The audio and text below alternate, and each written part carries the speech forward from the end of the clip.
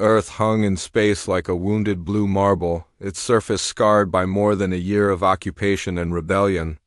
Jake Morrison stood on the bridge of the captured hegemony dreadnought Freedom's Dawn, watching his home world grow larger on the main display.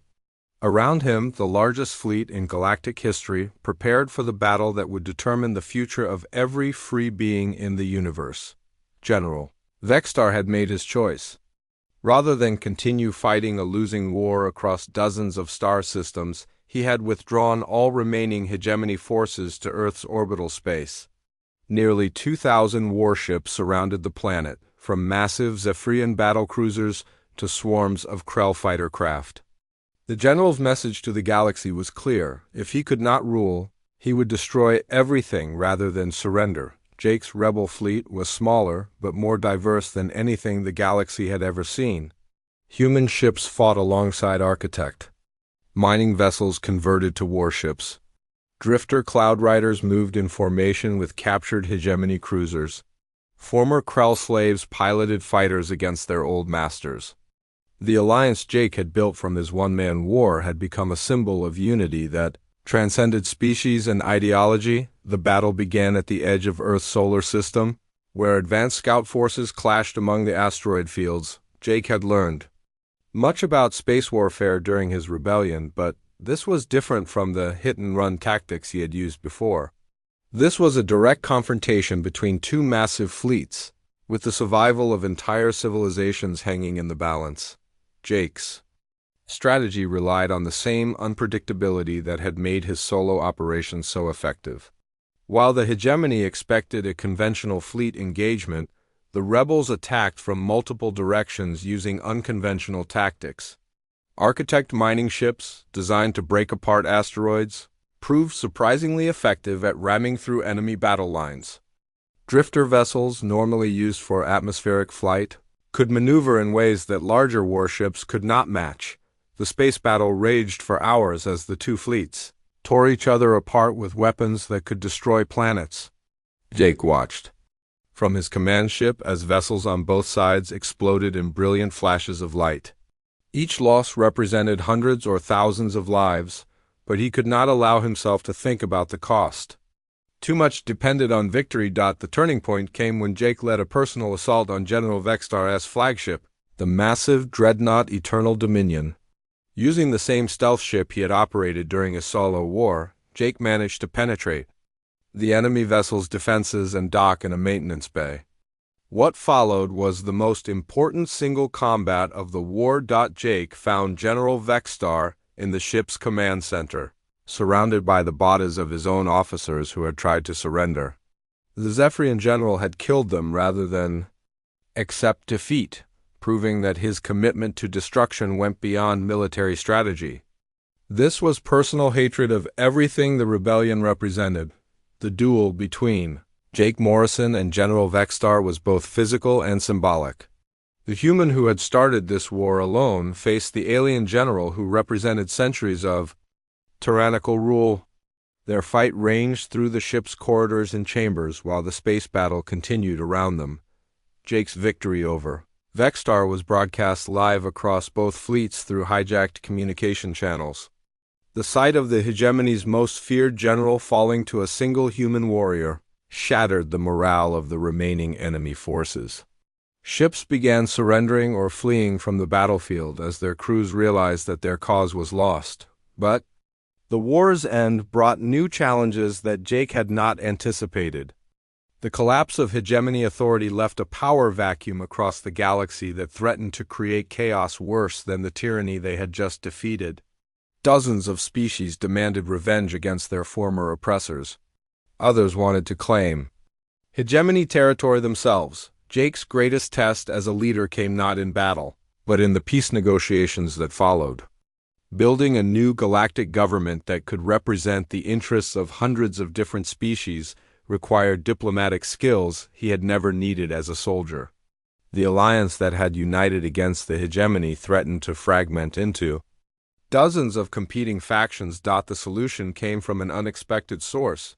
The former hegemony worlds were in desperate need of reconstruction after years of war and rebellion. Rather than fight over territory, the various species found that they needed each other's unique abilities to rebuild their civilizations. Architect engineering, human creativity, drifter technology, and even reformed Krell discipline all became essential parts of the recovery effort.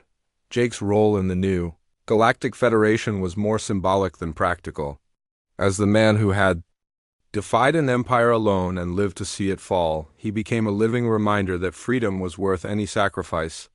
But he preferred to work behind the scenes, using his experience to help former enemies learn to trust each other. The memorial service for the war's victims was held on Earth, in the ruins of New Angeles where Jake's family had died. Representatives from across the galaxy gathered to honor the billions who had perished in the struggle for freedom. Jake spoke at the ceremony, but his words were not about victory or triumph. They were about the responsibility that came with freedom. As Jake stood before the memorial wall that bore Linda and Katie's names, he reflected on how much had changed since that terrible day when the hegemony first arrived. His quest for revenge had become a war for liberation that freed an entire galaxy, but the cost had been enormous. Measured not just in lives lost but in innocence destroyed, the new Galactic Federation was imperfect and fragile, built on the foundation of former enemies, learning to work together. There were still conflicts and disagreements, but they were resolved through negotiation rather than conquest. The principle that Jake had fought for, that every being had the right to choose their own destiny, had become the cornerstone of galactic civilization. Years later, when historians wrote about the fall of the galactic hegemony, they would focus on the great battles and political achievements. But Jake knew that the real victory had been much simpler. It was the moment when billions of beings across the galaxy decided that freedom was worth fighting for. No matter how impossible the odds seemed, Jake Morrison had started his war alone, driven by grief and rage over the loss of his family. He ended it surrounded by friends from 1,000 worlds, all united by their refusal to bow to tyranny. The man who had defied a galactic empire alone had become the symbol of a new age where no one would ever have to fight alone again. In the quiet moments before sleep, Jake would sometimes wonder what Linda and Katie would think of what their deaths had accomplished. He liked to believe they would be proud that their sacrifice had not been in vain, that their memory had become the spark that lit the flame of freedom across the galaxy. The war was over, but the work of building a better future had just begun. Jake Morrison, former soldier and unlikely diplomat, settled into his new role as guardian of the peace he had helped create.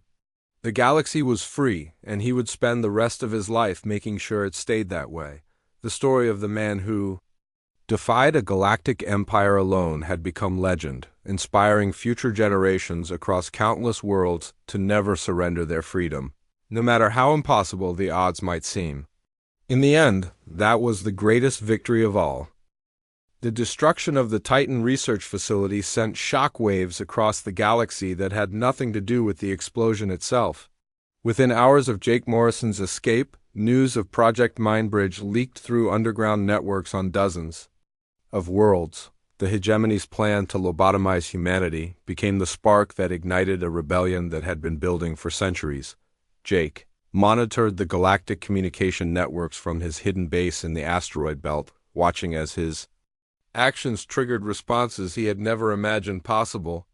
On the industrial world of Kepler 442, the silicon-based architects who had served the hegemony for 300 years suddenly stopped work and began dismantling their own factories.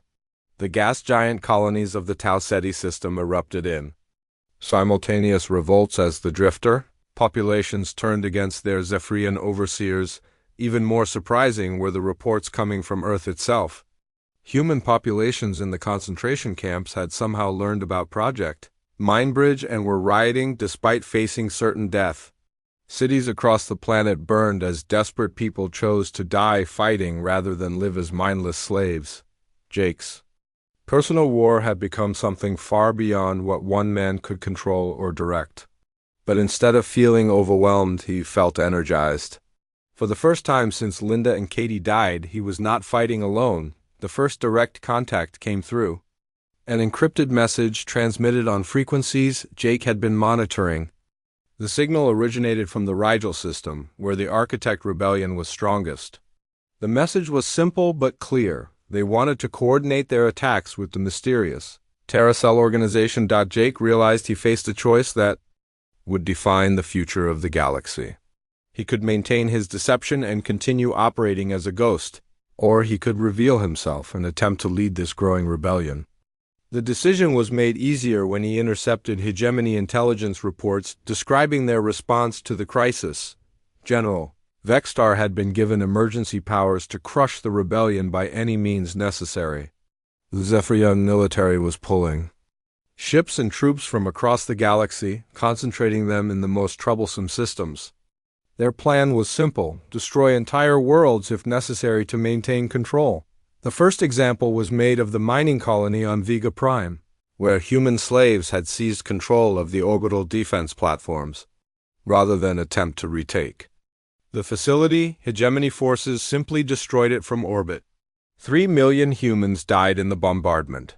Along with 2 million aliens who had joined the rebellion, Jake watched the destruction of Vega Prime through hijacked surveillance feeds, feeling the familiar rage that had driven him for more than a year. The hegemony's brutality was creating martyrs faster than they could kill rebels. Every atrocity drove more species to join the growing resistance. Jake's response was to accelerate his own operations while establishing contact with rebel groups across the galaxy. Using his network of computer viruses and stolen communication equipment, he began coordinating attacks on hegemony supply lines and military installations. The rebels provided local intelligence and manpower, while Jake supplied tactical expertise and captured enemy technology. His first major joint operation targeted the hegemony fleet base at Volf 359, the same system where he had assassinated Admiral Krexteth months earlier. A force of Architect mining ships, modified with captured weapons, would assault the base while Jake infiltrated the command center and disabled their defensive systems. The battle for Volf 359 lasted 18 hours and ended with the complete destruction of the hegemony base. More importantly, it proved that coordinated attacks by multiple species could overwhelm even heavily defended targets. The victory was broadcast across rebel networks as proof that the hegemony could be defeated. General Vexstar's response was to abandon the outer colonies and concentrate his remaining forces around Earth and other core worlds. But this strategic withdrawal only gave the rebels more territory to operate from. Systems that had been under hegemony control for centuries suddenly found themselves free for the first time in living memory. Jake established his new command center on Ceres, the largest asteroid in Earth's solar system. The ancient mining facility had been abandoned for decades, but its location in the asteroid belt made it perfect for coordinating operations across multiple star systems. Rebel ships could dock at the hidden base while Jake planned increasingly ambitious attacks. The most important discovery came when Jake finally made direct contact with other human resistance groups. He had assumed that Earth's population was completely under hegemony control, but hidden communities had survived in remote locations across the planet. These groups had been fighting their own guerrilla wars, waiting for someone to unite their efforts. Commander Beth Martinez had been leading human resistance forces in the ruins of Mexico City for 8 months. Her group had rescued thousands of prisoners from hegemony processing centers, but they lacked the resources for major operations. When Jake made contact, she immediately offered to coordinate her forces with his operations. Similar groups existed in the Australian outback, the Amazon Basin, and the mountains of Tibet. Each had developed their own methods for fighting the occupation, but all had been waiting for a leader who could unite their efforts. Jake's reputation as the man who had single-handedly challenged the hegemony made him the natural choice, but Jake's greatest challenge was not military but personal.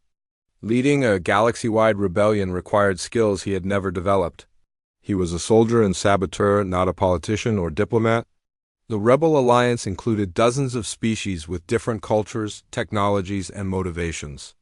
Keeping them united would be harder than fighting the hegemony. The first major test came when the Krell rebellion on Proxima Centauri requested human assistance against a Zephyrian counterattack.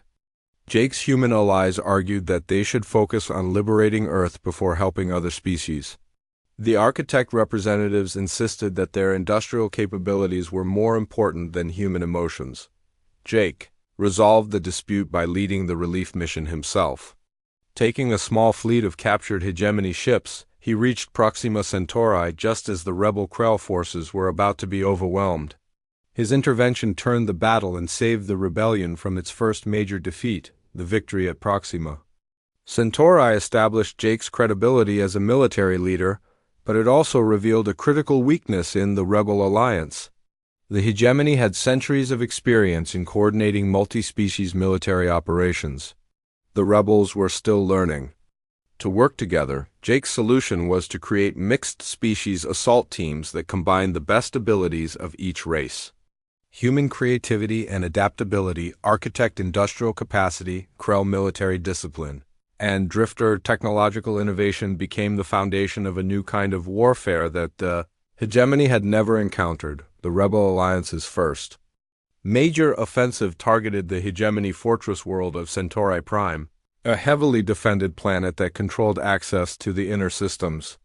The assault required perfect coordination between rebel forces, attacking from space and resistance groups, already operating on the planet's surface. Jake personally led the space assault while Commander Martinez coordinated the ground operations. The battle lasted 3 days and ended with the complete liberation of Centauri Prime. More importantly, the victory gave the rebels access to the planet's massive industrial facilities and shipyards. General Vextar's response was swift and decisive. Unable to stop the rebellion through conventional military action, he began implementing a new strategy: the complete destruction of rebel-controlled worlds. If the hegemony could not rule the galaxy, they would ensure that no one else could. The first target was the architect homeworld in the Rigel system.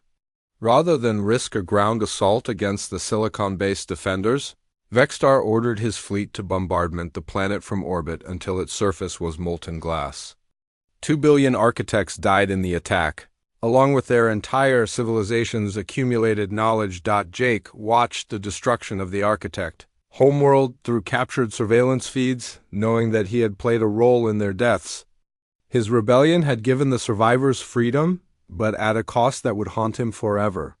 The war was no longer about revenge for his family. It had become a struggle for the survival of every free-thinking being in the galaxy. The rebels' response was to accelerate their offensive operations before more worlds could be destroyed. Jake divided his forces into multiple strike groups, each targeting critical hegemony installations across different star systems. The goal was to stretch enemy forces so thin that they could not defend everything. As rebel fleets moved toward their targets, Jake prepared for what he knew would be the final phase of the war. General Vextar was gathering the remaining hegemony forces for a decisive battle that would determine the fate of the galaxy.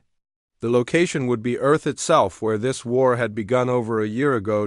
Jake Morrison, the man who had defied a galactic empire alone, was about to lead the largest military force in galactic history in a battle that would decide whether freedom or tyranny would rule the stars. The ice moon Titan hung before Jake Morrison like a frozen nightmare. Through the viewport of his stolen scout ship, he could see the hegemony research facility buried deep in the moon's icy surface. Around Saturn, 3 Zephyrian cruisers and a dozen patrol ships maintained constant watch. Getting past them would require every trick Jake had learned in his year-long war against the galaxy's most powerful empire. Jake's approach to Titan began. 2 days out from Saturn, he had programmed his ship's computer to follow the flight path of a scheduled supply vessel, hoping that automated tracking systems would mistake him for legitimate traffic. His virus, now spread throughout the hegemony's network, had provided him with current access codes and security protocols. The deception worked until he reached the outer patrol zone. A Krell interceptor moved to investigate his ship, its pilot. Suspicious of the unscheduled arrival, Jake had prepared for this moment. Using captured hegemony communication equipment, he transmitted a fake emergency signal claiming his ship had suffered engine damage and was requesting immediate assistance. The Krell pilot bought the story and moved closer to offer help. That was his fatal mistake. Jake's scout ship was equipped with military-grade weapons hidden beneath false hull plating. The interceptor exploded in a brief flash of light, its destruction masked by the electromagnetic interference from Saturn's radiation belts. Jake had perhaps 10 minutes before the patrol ship's disappearance was noticed. He used every second, diving toward Titan's atmosphere at maximum speed. The scout ship's stealth systems strained to hide his approach, but they held long enough for him to reach the moon's surface. Titan's environment was hostile to human life. The temperature was minus 200 degrees, and the atmosphere was a poisonous mix of nitrogen and methane. Jake's modified environmental suit could keep him alive for 6 hours at most. After that, the cold would kill him even if the air did not. The research facility was built into a crater near Titan's equator, its main structures hidden beneath layers of ice and rock. Jake had studied the blueprints stolen from hegemony databases, but seeing the actual facility was different. It was larger than he had expected, with multiple levels extending deep into the moon's crust. Jake's entry point was a maintenance shaft connected to the facility's main power grid. The shaft was barely wide enough for a human, but it bypassed most of the security systems. Getting inside required cutting through 3 layers of armored plating with tools designed for much easier tasks. Inside the facility, Jake found himself in a maze of corridors and laboratories filled with the most advanced technology he had ever seen. The hegemony had spared no expense on Project Mindbridge. Scientists from multiple species worked together, combining their knowledge to create the perfect weapon against human independence. Jake moved through the facility like a ghost, avoiding patrols and security cameras while searching for the main laboratory. His environmental suit's stealth coating helped him blend into the shadows, but it would not fool a direct visual inspection. Every step was a calculated risk. The first laboratory he found contained test subjects. Jake's blood ran cold when he saw dozens of humans floating in containment tanks, their bodies connected to monitoring equipment. These were the prisoners the hegemony had been experimenting on, testing different versions of their mind control virus. Jake's hand moved to his weapon, but he forced himself to stay focused on the mission. Saving these prisoners would only alert the facility's defenders. His job was to destroy Project Mindbridge before it could be deployed against all of humanity. The main laboratory was located on the facility's lowest level, protected by multiple security checkpoints and armed guards. Jake's virus had provided him with access codes, but getting past the Zephyrian researchers and Krell security troops required more direct methods. His first kills were silent and efficient. 2 Krell guards died without making a sound, their bodies hidden in storage closets. A Zephyrian scientist working late in his office simply vanished, leaving behind only a small pool of blood that Jake quickly cleaned up. The laboratory's main computer core was protected by both electronic and biological security measures. Jake's virus could handle the electronic systems, but the biological locks required genetic samples from authorized personnel. Fortunately, Jake had collected what he needed from the dead scientist. What Jake found in the computer files was even worse than his worst fears. Project Mindbridge was not just a mind control virus. It was designed to be hereditary, passed from parents to children through their genetic code. Once deployed, it would affect every human born for generations to come. The virus was nearly complete, lacking only final calibration tests. The hegemony planned to begin deployment within days, starting with Earth's remaining population and then spreading to human colonies throughout the galaxy.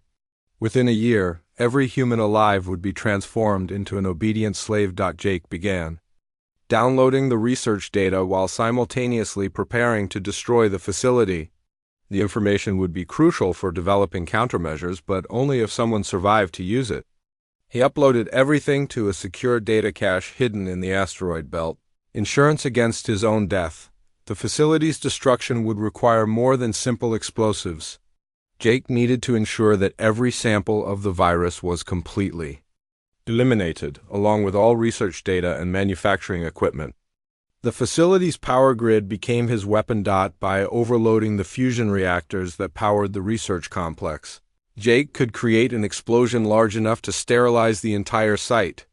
The chain reaction would take 30 minutes to reach critical mass, giving him barely enough time to escape, but first he had to reach the fusion reactors located in the facility's deepest levels. The route took him through the main security checkpoint, where a full squad of Zephyrian soldiers was stationed. Direct confrontation was unavoidable. Jake's attack began with a fragmentation grenade that killed 3 soldiers instantly. The survivors responded with military precision, but they had never faced an opponent like Jake Morrison. His combat experience, combined with superior human reflexes, gave him the edge he needed. The firefight lasted less than 2 minutes. When it was over, 7 Zephyrian elite troops lay dead, and Jake had suffered only minor wounds. But the sound of battle had alerted the entire facility. Emergency alarms screamed through the corridors as security forces rushed to investigate. Jake reached the reactor chamber with guards closing in from all directions. The fusion containment systems were protected by multiple safety protocols, all designed to prevent exactly what Jake was planning. But his virus had been mapping these systems for weeks, identifying weaknesses the designers had never considered. The reactor overload sequence began with a series of small adjustments to the magnetic containment field. Jake's modifications would cause a cascading failure that even the facility's emergency systems could not stop. In 30 minutes, the reactors would explode with the force of a small nuclear weapon. As Jake prepared to escape, he discovered that his route to the surface was blocked by incoming security forces. Dozens of soldiers were converging on his location, sealing off every exit. He was trapped in the depths of the facility with no way out, but Jake Morrison had not survived a year of warfare against impossible odds by giving up easily. If he was going to die on Titan, he would take as many enemies with him as possible. The research facility became a battleground as Jake fought his way toward freedom. Corridor by corridor, level by level, Jake battled through the facility's defenders. His weapons ran out of ammunition, forcing him to use captured enemy equipment. His environmental suit was damaged in multiple places, slowly leaking precious air. But still he fought on, driven by the knowledge that humanity's future depended on his success. With 5 minutes left before the reactor explosion, Jake reached the surface maintenance shaft where he had entered the facility. Behind him, the sounds of pursuit were growing louder. Ahead lay the frozen wasteland of Titan's surface and his hidden scout ship. Jake emerged from the facility just as the first shock waves from the overloading reactors began to shake the ground. In the distance, his ship waited beneath its camouflage covering. He had perhaps 2 minutes to reach it before the explosion consumed everything within a 50-kilometer radius. The race across Titan's surface was the longest 100 meters of Jake's life. His damaged suit was failing, his lungs burning from the poisonous atmosphere that leaked through cracks in his helmet. But he kept running, driven by desperation and determination. Jake reached his ship with seconds to spare. The scout craft's engines roared to life as he sealed the airlock and began his emergency ascent. Behind him, the research facility disappeared. In a ball of fire that lit up Titan's sky like a second sun, the explosion destroyed not only Project Mindbridge but also took out 3 hegemony patrol ships that had been too close to the blast zone. As Jake's ship raced away from Saturn, he could see the shock waves spreading across Titan's surface, erasing all evidence of the secret laboratory. The mission was complete, but Jake knew this was only the beginning. The hegemony would respond to the destruction of their most important research project with devastating force. His one-man war was about to become something much larger and more dangerous. Jake Morrison had been fighting the Galactic hegemony for 8 months when he decided to take the war beyond Earth. His attacks on the planet had inspired riots and rebellion, but the real power of the Empire lay in their vast network of worlds and space stations. If he wanted to truly hurt them, he needed to strike at targets they thought were safe. The stolen Krell scout ship he had captured during a raid on the Detroit spaceport was perfect for his needs. Small enough to avoid most sensors, fast enough to outrun pursuit, and equipped with advanced stealth systems that even the hegemony's own forces had trouble detecting. Jake had spent weeks learning to operate the alien technology, combining it with human modifications that made the ship even more dangerous. His first off-world target was a supply depot in the Alpha Centauri system, just 4 light-years from Earth. The facility provided fuel and equipment to hegemony forces throughout the local sector. More importantly, it was lightly defended because the aliens never expected a single human to attack targets so far from his homeworld. The journey through hyperspace took 3 days. Jake used the time to study intelligence files he had stolen from Earth-based facilities. The virus he had planted months earlier continued to feed him information from across the hegemony's network. He knew the depot's layout, guard schedules, and defensive capabilities better than most of the aliens stationed there. Jake's attack began with psychological warfare. Using the scout ship's communication array, he broadcast fake distress calls from multiple locations around the depot. The confused defenders split their forces to investigate, leaving the main facility vulnerable. While they chased shadows, Jake slipped past their sensors and docked at a maintenance port. Inside the depot, Jake moved like a hunter stalking prey. His military training had taught him to kill silently and efficiently. 6 Krell workers died without making a sound. 2 Zephyrian supervisors never knew what hit them. Jake reached the main computer core and planted both his virus and enough explosives to destroy the entire facility. But destruction was only part of his plan. Before leaving, Jake accessed the depot's communication logs and discovered something important. The facility was a hub for coordinating supply shipments to over 30 different worlds. By monitoring their network, he could track hegemony movements across multiple star systems.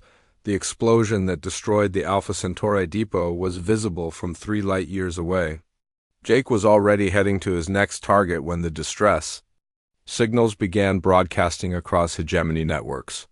The aliens were starting to realize that their mysterious enemy had capabilities they had never imagined. Over the next 2 months, Jake struck at targets across 5 different star systems. Communication relays, mining operations, research stations, and military outposts all fell to his attacks. Each strike was carefully planned to maximize damage. While maintaining the illusion that he was part of a larger organization, the key to his success was unpredictability. Human behavior patterns were different from any species the hegemony had encountered before. Where other races followed logical and predictable strategies, Jake's attacks seemed random and chaotic. In reality, every strike was part of a larger plan to destabilize their control over the local sector. Jake's most audacious operation came when he learned about a high-level conference taking place on the trading station at Volf 359. Military commanders from across the sector were gathering to discuss the growing rebellion problem. Jake saw an opportunity to strike a devastating blow against their leadership. The trading station was heavily defended, with multiple warships providing security, but Jake had learned to think like the enemy.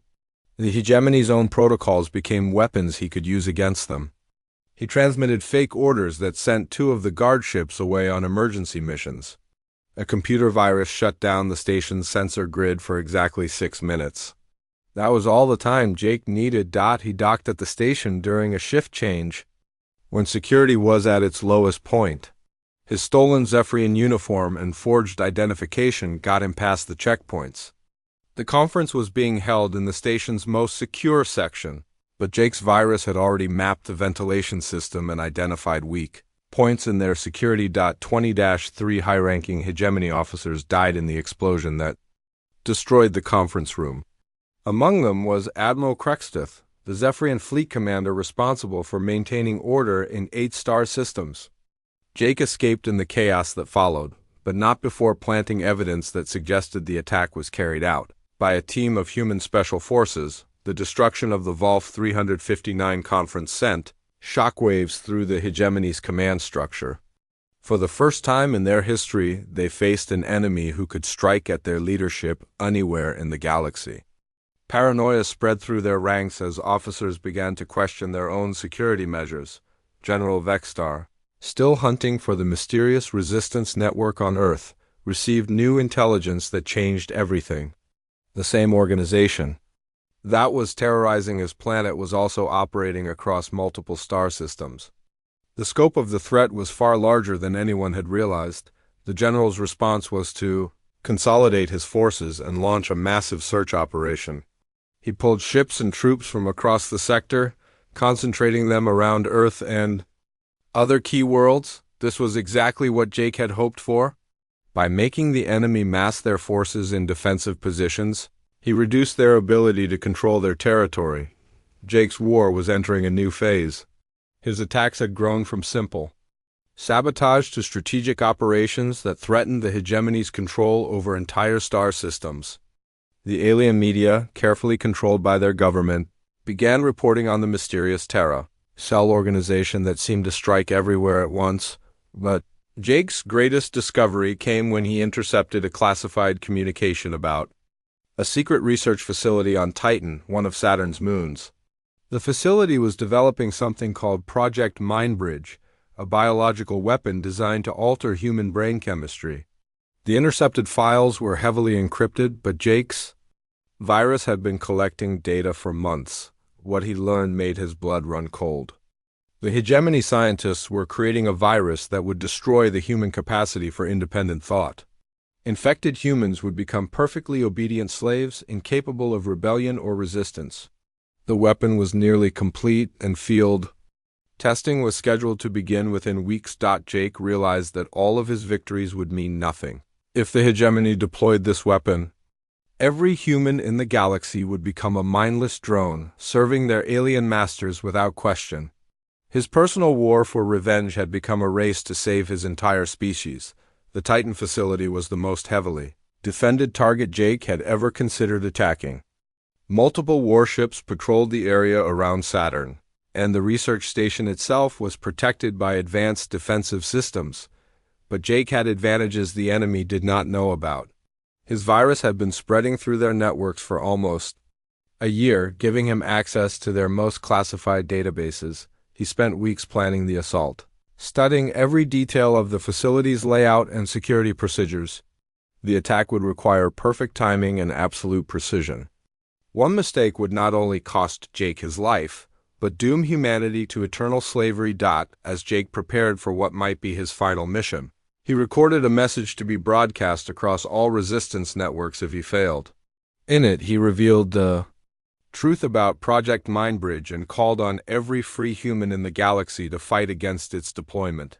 Even if he died on Titan, others would continue the struggle. The journey to Saturn took 5 days. Jake used the time to modify his equipment and prepare for the most dangerous operation of his career. The scout ship's stealth systems would get him close to Titan, but reaching the facility itself would require skills he had learned in the darkest days of his military service. As Saturn's rings came into view, Jake Morrison prepared to face the greatest challenge of his one-man war against the galactic hegemony. The fate of humanity itself hung in the balance. 6 months after escaping from Zarian Prime, Jake Morrison had become a ghost.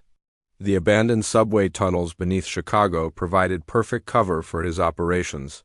The hegemony had bombed the surface, but the underground remained mostly intact.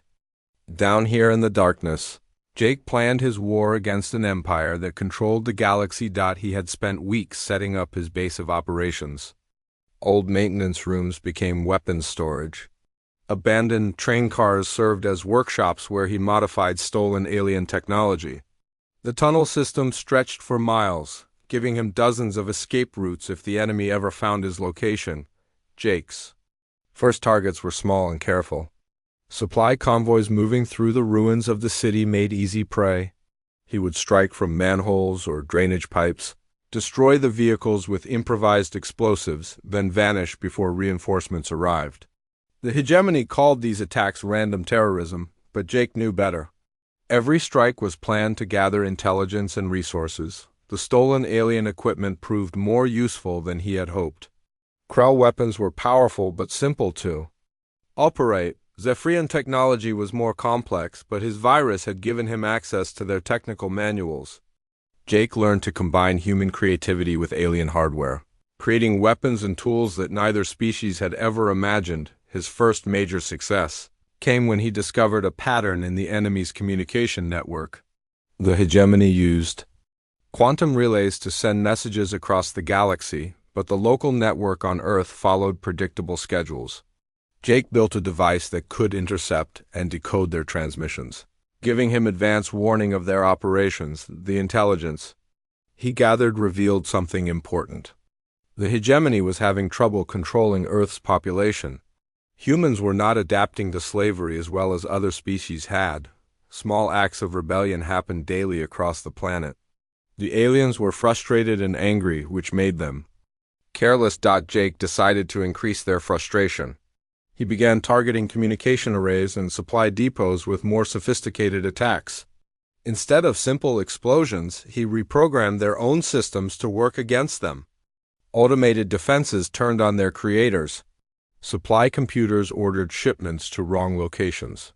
Security systems locked hegemony. Personnel inside their own facilities, the aliens started calling his work the actions of a large resistance network. They could not believe that one human was causing so much trouble. Jake encouraged this belief by leaving behind fake evidence at attack sites. He created false communications between imaginary resistance cells. He even staged fake arguments between supposed human leaders to make the hegemony think their enemy was larger and more organized than it really was. General Vexstar, the Zephyrian military governor of Earth, became obsessed with finding what he believed was a major human resistance organization. Intelligence reports spoke of coordinated attacks across multiple continents. The general increased patrols and implemented harsh punishments for any human found with weapons or suspicious equipment, but Jake's greatest victory was yet to come. His virus had been gathering information for months, mapping the enemy's networks and identifying their most important facilities. One target stood out above all others: the orbital processing station, where humans were prepared for transport to slave colonies across the galaxy. The station hung in Earth's orbit like a metal spider, its arms reaching down to collect cargo. Ships full of prisoners. Thousands of humans passed through its corridors every day, stripped of their possessions and their hope before being shipped away forever. Jake had watched it through stolen surveillance feeds. Planning his most ambitious operation yet, getting to the station required stealing a ship capable of reaching orbit. Jake had been watching the small hegemony base outside the ruins of Dallas, where patrol craft landed for refueling and maintenance. The base was heavily defended, but Jake had advantages the enemy did not expect. He struck during a shift change, when the guards were distracted and communication protocols were at their weakest. His virus opened doors and disabled alarms while he moved through the facility like a shadow. 3 Krell guards died before they knew they were under attack.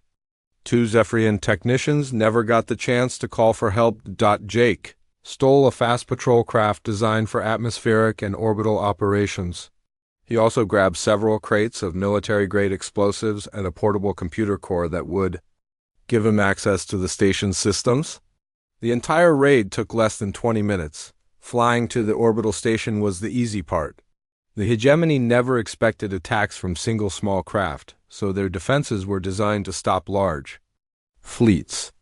Jake's stolen ship transmitted the correct identification codes, and the automated systems guided him to a docking bay without question inside the station. Jake became just another maintenance worker. His stolen uniform and forged identification documents got him past most checkpoints. The few guards who looked too closely simply disappeared, their bodies hidden in storage compartments and waste disposal units. The station's computer core was located in the heavily protected central section. Jake's virus gave him access to the basic systems, but the most important databases required physical access. He spent hours working through security barriers, both electronic and physical, before reaching his target. What he found in the computer core was worse than he had imagined. The hegemony was not just enslaving humans for labor. They were studying human psychology and biology, looking for ways to break the human spirit permanently. Detailed files showed experiments on prisoners, testing methods to destroy their will to resist. Jake downloaded everything, then planted explosives throughout the central core. But destruction was not enough. He had a better idea. Using the station's own communication array, Jake broadcast the stolen files across every network he could reach. The evidence of hegemony atrocities went out on military channels, civilian networks, and even entertainment frequencies. Every human on Earth and every alien in the local systems received the same message, the truth about what the hegemony was doing to prisoners. The reaction was immediate and violent. Human populations across Earth rose in spontaneous riots. Even some alien species who served the hegemony began to question their loyalty. The carefully maintained image of the hegemony as benevolent conquerors shattered in a single day. Jake's explosives destroyed the station's central core, but the real damage was already done. As he flew back to Earth in a stolen escape pod, he watched news feeds from across the galaxy.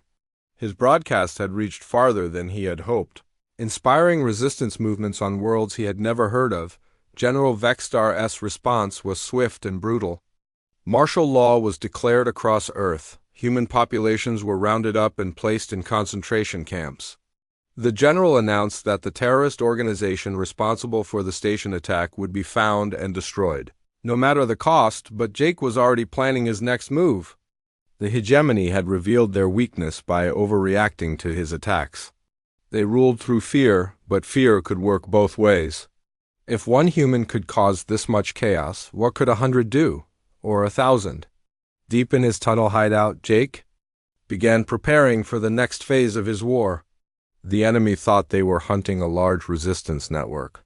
Soon they would discover they were facing something much more dangerous, a single human who refused to surrender. Jake Morrison watched the burning skyline of New Angeles through the cracked window of his apartment. The massive alien ships hung in the sky like metal mountains, their dark hulls blocking out the sun. 3 months had passed since the Zephyons came to Earth, and nothing would ever be the same again. The invasion had lasted only 6 hours. Earth's defense fleet, which Jake had served for 15 years, was destroyed before they could fire a single shot. The aliens called themselves the Galactic Hegemony, and they owned most of the known galaxy. Earth was just another planet to add to their collection. Jake touched the wedding ring on his finger and felt the familiar pain in his chest. Linda and Katie were gone, killed in the first bombing run on the city. He had been in orbit when it happened, aboard the defense cruiser Liberty, watching helplessly as the alien weapons turned his home into fire and dust. The rescue teams never found their bodies. The door to his apartment opened without a knock. 2 Krell soldiers walked in, their insect-like bodies clicking as they moved. The bug creatures served the Zephyons as soldiers and workers.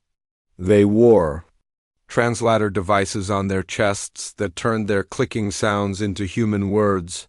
"Human Morrison," the first Krell said. "You will report for work assignment tomorrow. Transport leaves at dawn." Jake looked at the creatures without moving. "Where are they sending me?" "Mining colony on Zarian Prime. Good strong human will dig deep tunnels for the Empire." The second Krell moved closer. "Many humans already work there. You will join them. Resistance is pointless." Jake nodded slowly. "I understand." The Krell soldiers left without another word. Jake waited until their footsteps faded down the hallway, then walked to his closet. Hidden behind a false wall were his old military gear and weapons. The hegemony thought they had collected all human weapons, but Jake knew how to hide things. He pulled out his service pistol and checked the power cell, still fully charged. His combat armor was there too, along with his field computer and survival kit. Everything he would need for what came next. Jake had been a special operations officer before becoming a ship captain. He knew how to fight, how to hide, and how to kill. The aliens had made one big mistake when they destroyed his family. They had created an enemy who had nothing left to lose. The next morning, Jake joined the line of humans waiting for the transport. Ship, men, women, and children all stood together, carrying small bags with their few remaining possessions. Most looked broken and scared. Jake looked the same on the outside, but inside he was planning. The transport was a massive hegemony cargo ship designed to carry thousands of prisoners. Jake studied everything as they boarded. The guards, the security systems, the ship's layout. He memorized every detail. During the 3-day journey to Zarian Prime, Jake talked to other prisoners. He learned about the mining operation, the guard, rotations, and the daily routine. He also learned something important. The hegemony had over 10,000 worlds under their control, but they ruled through fear more than actual strength. Their forces were spread thin across the galaxy. A plan began to form in Jake's mind. Not just escape, but something bigger. Something that would hurt them. Zarian Prime was a dead rock of a planet with poisonous air and crushing gravity. The mining complex was built deep underground, where human prisoners dug out rare metals that the hegemony used in their technology. Jake was assigned to Tunnel 7, working 12 hours a day with basic tools. The work was hard, but Jake used the time to study the facility. He counted guards, mapped the tunnels, and identified weak points in their security. The Krell overseers were strong, but not very smart. The few Zephyrian supervisors rarely left their offices. 3 weeks into his imprisonment, Jake made his move. During the night shift, he slipped away from his work crew and made his way to the main power station. His military training had taught him how to move without being seen. Even in a place full of guards, the power station was lightly defended. Jake disabled the 2 Krell guards quietly and quickly. Then he accessed the main computer system using skills he had learned as a systems analyst before joining the military. The hegemony's technology was advanced, but it followed predictable patterns. Jake planted a virus in the system that would spread to other hegemony facilities through their network. It would not cause immediate damage, but it would give him access to their communications and databases. Information was a weapon, and Jake intended to use it. He also programmed the mining equipment to malfunction in exactly 72 hours. When it did, the explosion would destroy half the facility and create enough chaos for him to escape. Jake returned to his work crew before anyone noticed he was gone. For the next 3 days, he worked normally while his virus spread through the hegemony's computer networks. When the explosion came, he was ready. The blast shook the entire complex. Emergency alarms screamed as fires broke out in multiple tunnels. In the confusion, Jake grabbed weapons from fallen guards and fought his way to the shuttle bay. He killed 6 Krell soldiers and 2 Zephyrian officers before reaching a small transport ship. As he flew away from Zarian Prime, Jake looked back at the burning facility and smiled for the first time in months. This was just the beginning. The Galactic hegemony had no idea what they had created when they destroyed his family. Jake Morrison was no longer just a grieving widower. He was now their worst nightmare, and he was coming for them all.